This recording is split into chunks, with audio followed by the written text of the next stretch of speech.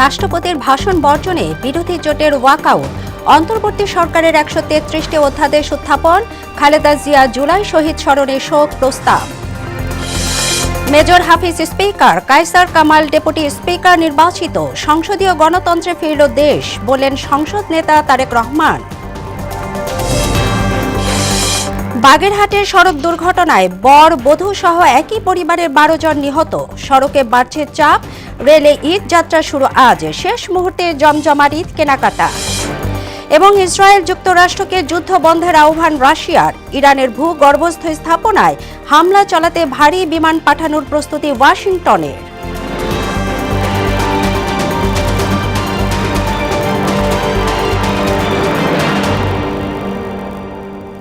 আসসালামু আলাইকুম, মোহনা সংবাদে স্বাগত। শুনছিলেন শিরোনাম, পুরো সংবাদে আপনাদের সাথে আছি তাবশিরা লিজা। ত্রয়োদশ জাতীয় সংসদের অধিবেশনের প্রথম দিনেই রাষ্ট্রপতির ভাষণের সময় ওয়াকআউট করল জামায়াত এনসিপি সহ বিরোধী দলের সংসদ সদস্যরা। পরে অভিযোগ করে তারা বলেন, ফ্যাসিবাদী সরকারের দোসর হিসেবে সংসদে ভাষণ দেওয়ার অধিকার নেই রাষ্ট্রপতির। অপরদিকে ভাষণে দেশে সংসদীয় গণতন্ত্রের যাত্রায় বেগম জিয়ার অবদান উল্লেখ করেন রাষ্ট্রপতি। বাকিটা জানাচ্ছেন শামীমুজ্জামান চৌধুরী। জাতীয় সংসদের স্পিকার ও ডেপুটি স্পিকার নির্বাচন ও শপথের পর স্পিকারের সভাপতিত্বে আবার শুরু হয় অধিবেশন। আজকে জাতীয় সংসদ হবে সকল রাজনৈতিক কর্ম এবং রাজনৈতিক এবং প্রশাসনিক কর্মকাণ্ডের প্রাণকেন্দ্র। শুরুতে স্পিকার হাফিজউদ্দিন আহমেদ সংসদ নেতা তারেক রহমানকে স্বাগত বক্তব্য দেওয়ার আহ্বান জানান। এ সময় তারেক রহমান বলেন, দেশ ও জনগণের স্বার্থে কাজ করবে বর্তমান সরকার। মাননীয় স্পিকার, দেশ এবং জনগণের স্বার্থে আমরা এই সংসদকে অর্থবহ করতে চাই। পরে বক্তব্য দেন বিরোধী দলীয় নেতা ডাক্তার শফিকুর রহমান। এ সময় তিনি বলেন, ফ্যাসিস্ট আমলে সংসদে দেশ গঠনের আলোচনার বদলে ব্যক্তি চরিত্র হননের আলোচনাই বেশি হতো। আমি আপনাকে বিনীতভাবে অনুরোধ করব, এই সংসদ যেন কারো চরিত্র হননের কেন্দ্রে পরিণত না হয়। পরে প্রয়াত 3 বারের প্রধানমন্ত্রী বেগম খালেদা জিয়া, শহীদ জুলাই যোদ্ধা, প্রয়াত সংসদ সদস্য, বিশিষ্ট ব্যক্তিবর্গ সহ প্রয়াত বিশ্ব নেতাদের স্মরণ করে শোক প্রস্তাব করা হয়। তার মৃত্যুতে মহান জাতীয় সংসদ গভীর শোক ও দুঃখ প্রকাশ করছে। পরে বেগম খালেদা জিয়ার শোক প্রস্তাবের উপর আলোচনা করা হয়। এ সময় এই সংসদ গঠিত হওয়ার পরে যিনি সবচাইতে বেশি খুশি হতে পারতেন তিনি দেশনেত্রী বেগম খালেদা জিয়া। মহিলাদের ক্ষমতায়নের জন্য তিনি অনেক কাজ করেছিলেন। পরে জুলাই বিপ্লবের উপর আলোচনা হয়। এতে অংশ নিয়ে সংসদ সদস্যরা রক্তিম জুলাইয়ের বীরদের প্রতি শ্রদ্ধা জানান। আমি শ্রদ্ধার সাথে স্মরণ করছি আমার সেই ভাই বোনদের যারা নিজের বুক বুলেটের সামনে উন্মুক্ত করে দিয়ে আমাদের আবারও স্বাধীন করে নিজেরা স্মৃতি হয়ে গিয়েছেন। এই জুলাই বিপ্লব যারা সংগঠিত হয়েছে তারা ইতিহাসের পাতায় মহাবীর হিসেবেই অন্যান্য বীরদের মতো তাদের স্থান থাকবে। জুলাই যোদ্ধাদের স্মরণে 1 মিনিট নীরবতা পালন করা হয়। পরে মোনাজাত করা হয়। আপনি আল্লাহ তো সব জানেন। অন্তর্বর্তী সরকারের সময় জারি করা 133টি অধ্যাদেশ উপস্থাপন করেন আইন, বিচার ও সংসদ বিষয়ক মন্ত্রী। 133টি অধ্যাদেশ গণপ্রজাতন্ত্রী বাংলাদেশের সংবিধানের অনুচ্ছেদ 93 এর দফা 2 ও 4 এর বিধান অনুযায়ী এই মহান সংসদে উপস্থাপনের জন্য আপনার অনুমতি প্রার্থনা করছি। সংসদের অধিবেশন কক্ষে রাষ্ট্রপতির আগমনের বার্তা ভেসে আসে 3টা 34 মিনিটে। এ সময় এর দ্বিগুণ জোরে ভেসে আসে বিরোধী দলের সংসদ সদস্যদের প্রতিবাদের আওয়াজ। প্রজাতন্ত্রের কর্মচারীদের নিরলস পরিশ্রম। স্পিকারের আমন্ত্রণ সাপেক্ষে 3টা 39 মিনিটে ভাষণ দেওয়া শুরু করেন রাষ্ট্রপতি। এ সময় নানা রকম বক্তব্য সংবলিত প্ল্যাকার্ড উঁচিয়ে প্রতিবাদ অব্যাহত রাখেন বিরোধী দলের সংসদ সদস্যরা।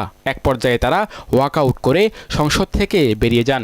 আইন শৃঙ্খলা রক্ষাকারী বাহিনী সহ অতীত বিএনপির ইতিবাচক কাজের পাশাপাশি সরকারের সবার আগে বাংলাদেশ নীতির নানা দিক তুলে ধরেন রাষ্ট্রপতি। প্রত্যাশা রেখে বলেন, অর্থনৈতিক উন্নয়ন, কঠোর হস্তে দুর্নীতি দমন ও আইন শৃঙ্খলা নিয়ন্ত্রণে কাজ করবে সরকার। বর্তমান সরকার আইন শৃঙ্খলা রক্ষাকারী বাহিনীকে সম্পূর্ণ পেশাদার, আধুনিক এবং দক্ষ বাহিনী হিসাবে গড়ে তুলতে বদ্ধপরিকর। ওয়াকআউটের 3 কারণ উল্লেখ করে বিরোধী দলীয় নেতা ও জামায়াতের আমির বলেন, রাষ্ট্রপতি জুলাই অভ্যুত্থানে খুনের সহযোগী। একই কারণ উল্লেখ করে এনসিপির আহ্বায়ক ও বিরোধী দলীয় চিফ হুইপ নাহিদ ইসলাম রাষ্ট্রপতিকে অপসারণের দাবি জানান। মাননীয় স্পিকারের কাছে আমরা বলেছিলাম যে ফ্যাসিবাদের দোসর এমন কেউ এই সংসদে বক্তব্য দিতে পারবে না। ফ্যাসিস্ট সরকারের দূষর ছিল, যারা খুনের সহযোগী ছিল, তারা কেউ যেন এখানে কোনো বক্তব্য রাখতে না পারে। রাষ্ট্রপতির ভাষণ শেষেই 15ই মার্চ রোববার সকাল 11টা পর্যন্ত সংসদ মুলতবি ঘোষণা করেন স্পিকার। শামীমুজ্জামান চৌধুরী, মোহনা সংবাদ, ঢাকা। এর আগে বৃহস্পতিবার প্রথম অধিবেশনে স্পিকার হিসেবে অবসরপ্রাপ্ত মেজর হাফিজ উদ্দিন আহমদ এবং ডেপুটি স্পিকার হিসেবে নির্বাচিত হন কায়সার কামাল। তাদেরকে শপথ বাক্য পাঠ করান রাষ্ট্রপতি মোহাম্মদ শাহাবুদ্দিন। সংক্ষিপ্ত বক্তব্যে সংসদ নেতা প্রধানমন্ত্রী তারেক রহমান বলেন, এখন থেকে দেশ কাঙ্ক্ষিত সংসদীয় গণতন্ত্রে ফিরল। মফিউর রহমানের রিপোর্ট। জুলাই বিপ্লবের মধ্য দিয়ে ফ্যাসিবাদী সরকারের পতনের পর আবারও গণতান্ত্রিক পথে বাংলাদেশ। অন্তর্বর্তী সরকারের 18 মাস পেরিয়ে 12 ফেব্রুয়ারি নির্বাচনে সরকার গঠন করে বিএনপি। 12 মার্চ ত্রয়োদশ সংসদের প্রথম অধিবেশন ডাকেন রাষ্ট্রপতি। সরকারি দল, বিরোধী দল এবং স্বতন্ত্র সদস্যদের উপস্থিতিতে শুরুতেই প্রাঞ্জল হয়ে ওঠে সংসদ কক্ষ। কোরআন তেলাওয়াতের মাধ্যমে শুরু হয় সংসদের প্রথম অধিবেশন। পরে সংসদ নেতাকে বিধি মোতাবেক সভাপতি নির্বাচনের জন্য আহ্বান জানানো হয়। এরপর সংক্ষিপ্ত বক্তব্য দেন প্রধানমন্ত্রী তারেক রহমান। বলেন, এখন থেকে দেশে কাঙ্ক্ষিত সংসদীয় গণতন্ত্র ফিরল। প্রধানমন্ত্রী হিসাবে আমি এই জাতীয় সংসদে দেশের প্রতিনিধিত্ব করছি। দল, মত, ধর্ম, বর্ণ নির্বিশেষে দেশের জনগণের প্রতিনিধিত্ব করছি।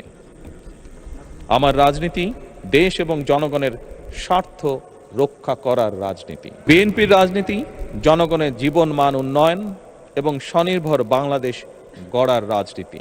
আমরা এই মহান জাতীয় সংসদকে সকল যুক্তি, তর্ক আর জাতীয় সমস্যা সমাধানের কেন্দ্রবিন্দুতে পরিণত করতে চাই। সভাপতি পদে ডক্টর খন্দকার মোশাররফ হোসেনের নাম প্রস্তাব করেন তিনি। এতে সমর্থন দেন বিরোধী দলের সদস্যরাও। ত্রয়োদশ জাতীয় সংসদে সভাপতিত্ব করার জন্য আজ আমি প্রবীণ রাজনীতিবিদ এবং 5 বারের মতন নির্বাচিত জাতীয় সংসদ সদস্য জনাব ডক্টর খন্দকার মোশাররফ হোসেনের নাম প্রস্তাব করছি।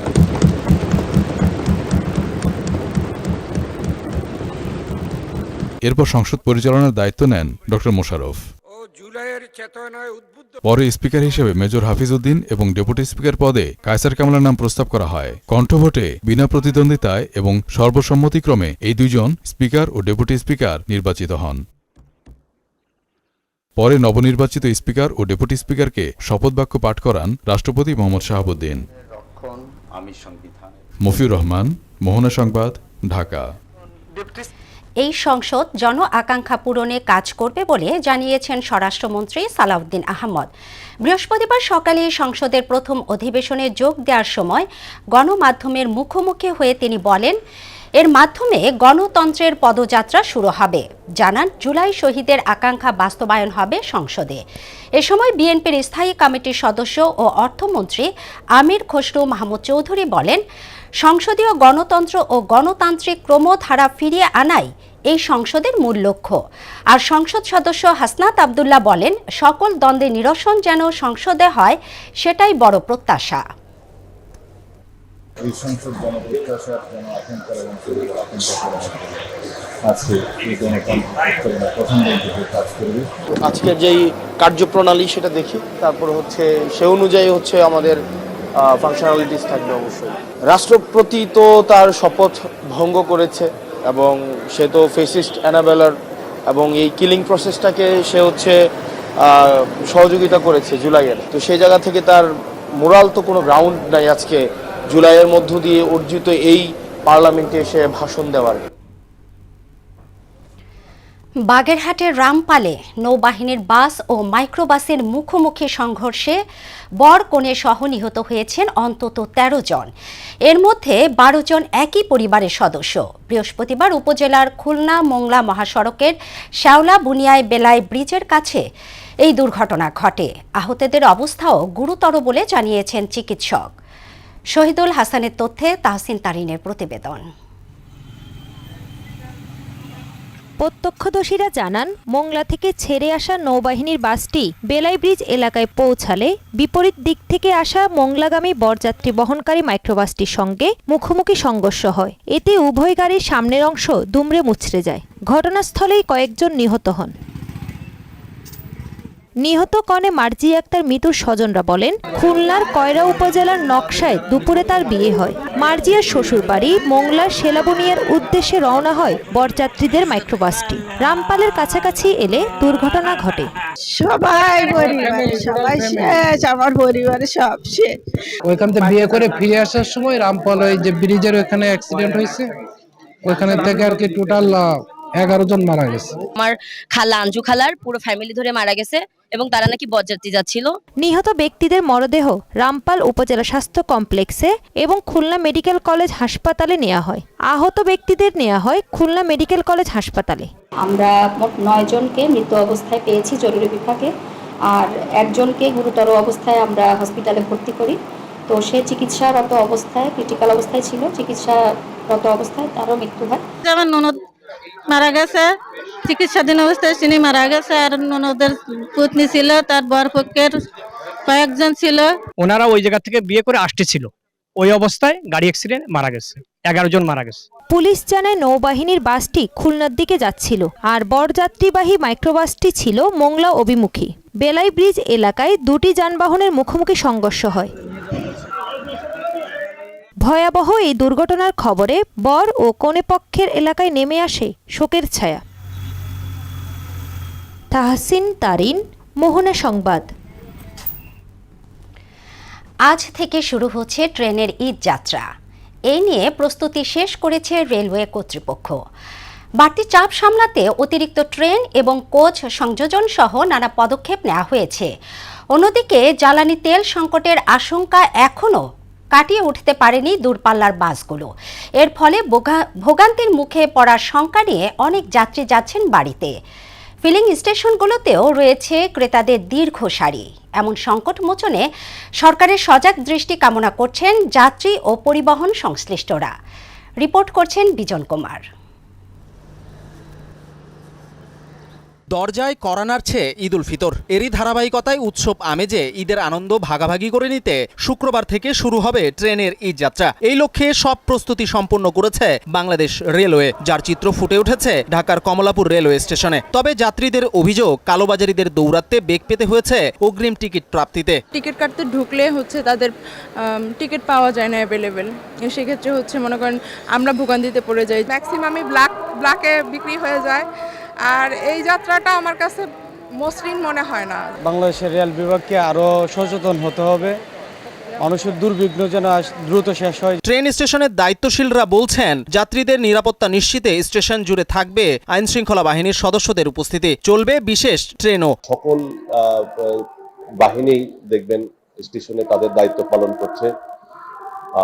তো আমি আশা করি যে যাত্রীদের যাত্রা নির্বিঘ্ন এবং সময়ানুবর্তিতার সাথে সম্পন্ন হবে। এদিকে ঈদের ফিরতি যাত্রা নিয়ে শঙ্কা বেড়েছে সড়ক পথের দূরপাল্লার যাত্রীদের। কারণ জ্বালানি তেলের সম্ভাব্য সংকট আতঙ্ক এখনো বিদ্যমান দেশের বাজারে। দেশের যে পরিস্থিতি, যেভাবে সংকট বাড়ছে, আসলে তো এরকম খুব একটা নরমাল লাগছে না। তো আশাটা একটু সমস্যা হবে, যেহেতু তেল সংকট, তেল থাকবে কিনা, গাড়ি ঘোড়া থাকবে কিনা। একই সংখ্যায় ভুগছেন বাস সংশ্লিষ্টরাও। কেননা নগরীর ফিলিং স্টেশনগুলোতে আজও বিদ্যমান ক্রেতাদের দীর্ঘ সারি। ঘন্টার পর ঘন্টা দাঁড়িয়ে কিনতে হচ্ছে তেল। টাকা দেওয়া এখন তেল পাওয়া যাইতেছে না, ড্রাইভার স্টাফ টাকা নিয়ে ঘুরতেছে, তেল একটু ক্রাইসিস পড়ছে। তেল না থাকলে গাড়িতে পাম্পে যাইতেছে, পাম্পেতে ঘুরে যাইতেছে, পরবর্তীতে আরেক জায়গায় পাম্পের থেকে তেল আনতেছে। প্রতিদিন তো এরকম 3-4 ঘন্টা হরানি হইতেছে, পরে 10 লিটারও বেশি দেয় না। কারো কোনো রেসপন্স নাই। আমরা যে এতগুলো লোক আসছি, আমি বাইক নিয়ে 3 ঘন্টা অসুস্থ অবস্থায় 2 ঘন্টা ধরে দাঁড়িয়ে রয়েছি। টার্মিনাল পরিচালনা কমিটির দাবি, জ্বালানি তেলের সম্ভাব্য সংকট তীব্র আকার ধারণ করলে ভোগান্তিতে পড়বেন যাত্রীরা। এইভাবে যদি তেল সংকটটা থাকে,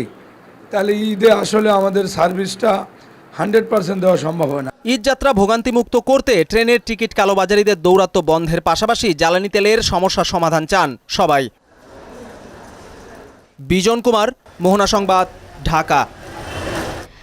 রাজধানী জুড়ে এখন ঈদের কেনাকাটার ধুম। পরিবার পরিজন মার্কেট ঘুরে কেনাকাটা করছেন সবাই। দোকানে আসা নতুন কালেকশনে দৃষ্টি সব বয়সী মানুষের। ব্যবসায়ীদের দাবি, বিগত কয়েক বছরের তুলনায় এবার বিক্রি কিছুটা কম। নাজমুল ইসলামের প্রতিবেদন।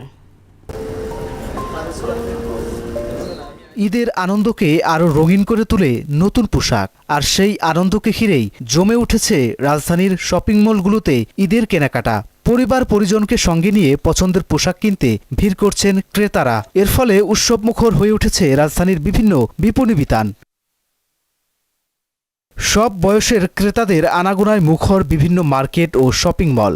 সাধ্যের মধ্যে পরিবারের ছোট সদস্য থেকে শুরু করে সবার জন্যই চলছে কেনাকাটা। আমরা তো বড় হয়ে গেছি এখন, যেহেতু বাচ্চা কাচ্চা হয়ে গেছে, সবার আগে আমাদের বাচ্চাদের চিন্তা করতে হয়, তো প্রথমে আমরা বাচ্চাদের জন্য কেনাকাটা করতে আসছি। একটু দাম দর বেশি, কিন্তু ভালো লাগছে আর কি। ক্রেতাদের অতিরিক্ত ভিড় ও ঠেলাঠেলি এড়াতে অনেকেই দিনের বেলাতেই তাদের কেনাকাটা সেরে নিচ্ছেন। বোরকা কিনলাম, আরো কিনবো, দেখতেছি, মাত্রই আসলাম। পরিবারের জন্য কিনবো, নিজের জন্য কিনবো। যদিও একটু দাম বেশি রাখে, তারপরও ভালো, মানসম্মত, রুচিসম্মত। তবে বিক্রেতারা বলছে বিগত বছরের তুলনায় এবার বিক্রি কিছুটা কম। ঈদ যত ঘনিয়ে আসবে, সামনের দিনগুলোতে বেচাকেনা আরো বাড়বে বলে আশা করছেন তারা। মার্কেটে আর 5-6 দিন টাইম আছে, বেচাকেনা লাস্টের টাইমে মোটামুটি ভালো হইব। যেরকম বেচাকেনা হওয়ার কথা ছিল ওরকম বেচাকেনা হয় না। মাঝে মাঝে এরকম বেচাকেনা হয় না, কিন্তু গেছে বাড়িতে এবার কম। এবার বাজারে পণ্যের সরবরাহ পর্যাপ্ত থাকায় দামও তুলনামূলকভাবে ক্রেতাদের নাগালের মধ্যেই রয়েছে। নাজমুল ইসলাম, মোহনা সংবাদ, ঢাকা। অমর একুশে গ্রন্থমেলায় বাড়ছে নতুন বই প্রকাশের সংখ্যা। একই সঙ্গে বাড়ছে মানুষের ভিড়। কেউ নতুন বইয়ের খোঁজ করছেন, আবার কেউ তালিকা হাতে প্রিয় লেখকের বই সংগ্রহ করতে ছুটে যাচ্ছেন এক স্টল থেকে অন্য স্টলে। সংশ্লিষ্টরা বলছেন, গেল বছরগুলোর তুলনায় এবার লোক সমাগম কম। বই মেলা ঘুরে আরও জানাচ্ছেন রাজীব আহমেদ। রাজনৈতিক টানাপোড়েনে এবার নির্ধারিত সময়ের বাইরে গড়ালেও শেষ পর্যন্ত চেনা রূপে ফিরেছে অমর একুশে বইমেলা। লেখক, পাঠক, প্রকাশকদের পদচারণায় জমে উঠেছে মেলা।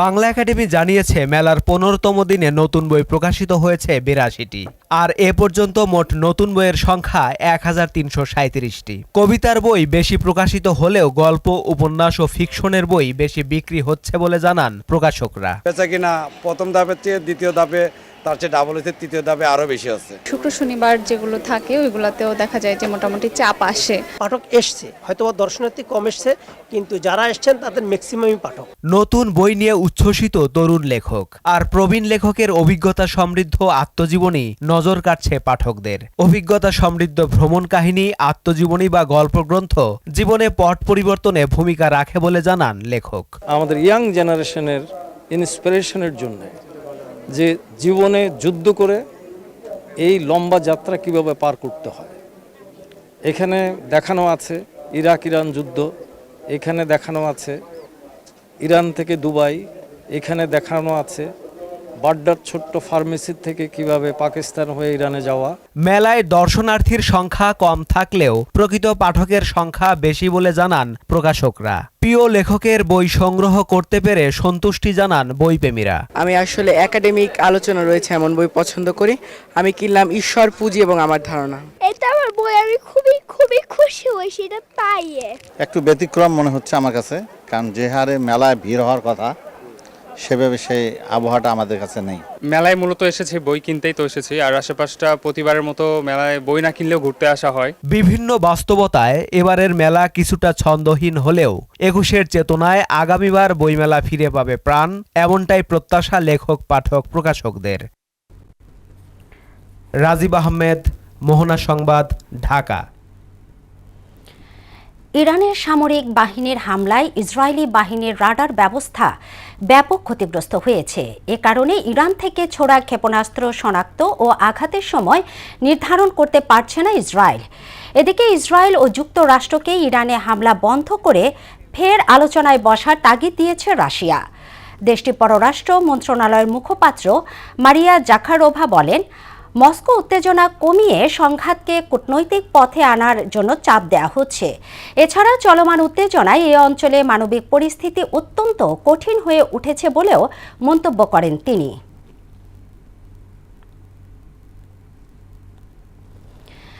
ইরানের ক্ষেপণাস্ত্র ও ড্রোন সংরক্ষণে ভূগর্ভস্থ স্থাপনাগুলোতে হামলা চালাতে ভারী বিমান পাঠানোর প্রস্তুতি নিচ্ছে মার্কিন যুক্তরাষ্ট্র।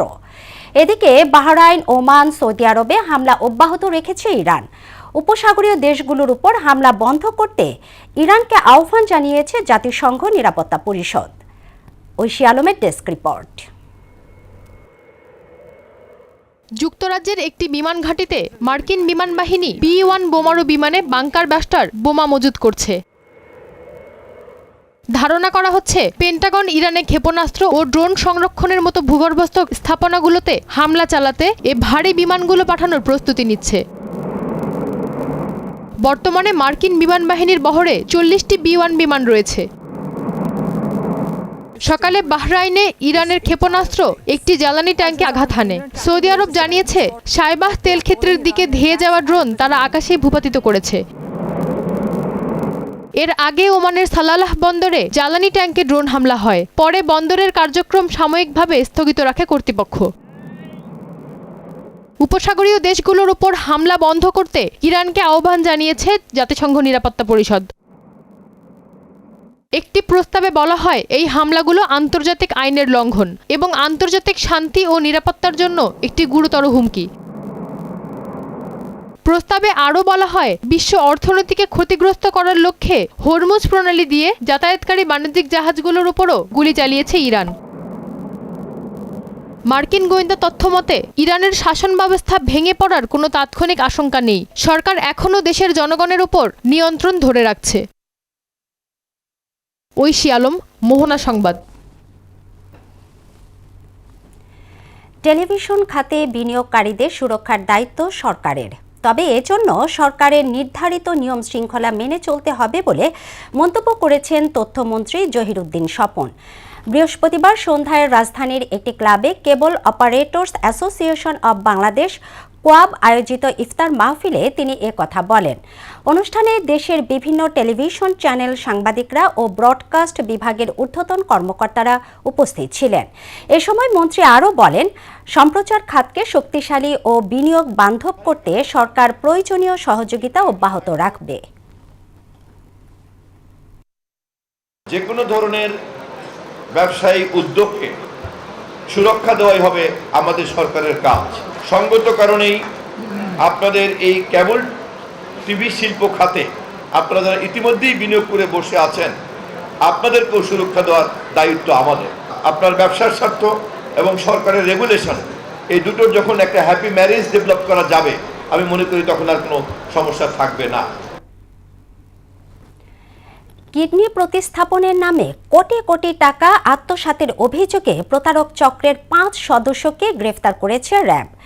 টার্কিশ কোম্পানির ওয়েবসাইট নকল করে তারা প্রতারণার মাধ্যমে তুরস্কে কিডনি রোগী পাঠিয়ে বিশাল অঙ্কের টাকা আত্মসাৎ করত বলে জানিয়েছে র্যাব। বৃহস্পতিবার সকালে র্যাব 4 এর কার্যালয়ে সংস্থাটির কোম্পানি কমান্ডার KN রায় নিয়তি বলেন, এই চক্রের সদস্যরা এক রোগীকে জিম্মি করে হাতিয়ে নিয়েছে অর্ধ কোটি টাকা। এমদাদুল হক মিলন জানাচ্ছেন বাকিটা।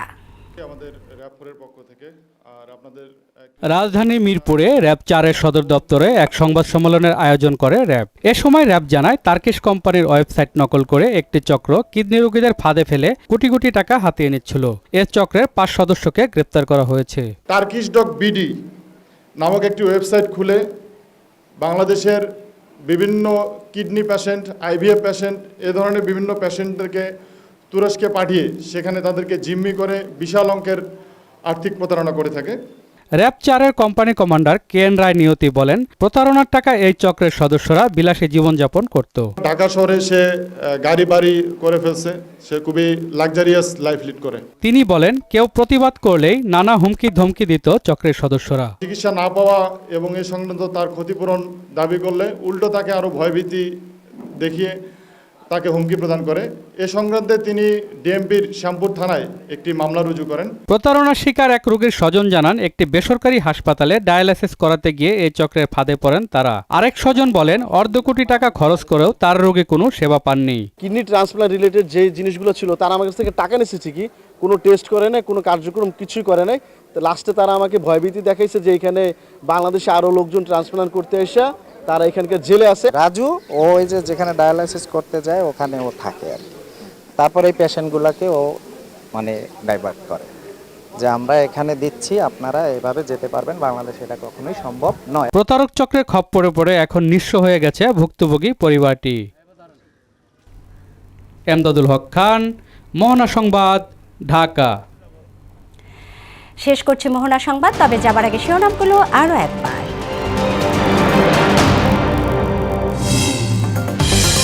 রাষ্ট্রপতির ভাষণ বর্জনে বিরোধী জোটের ওয়াকআউট, অন্তর্বর্তী সরকারের 133টি অধ্যাদেশ উত্থাপন, খালেদা জিয়া জুলাই শহীদ স্মরণে শোক প্রস্তাব।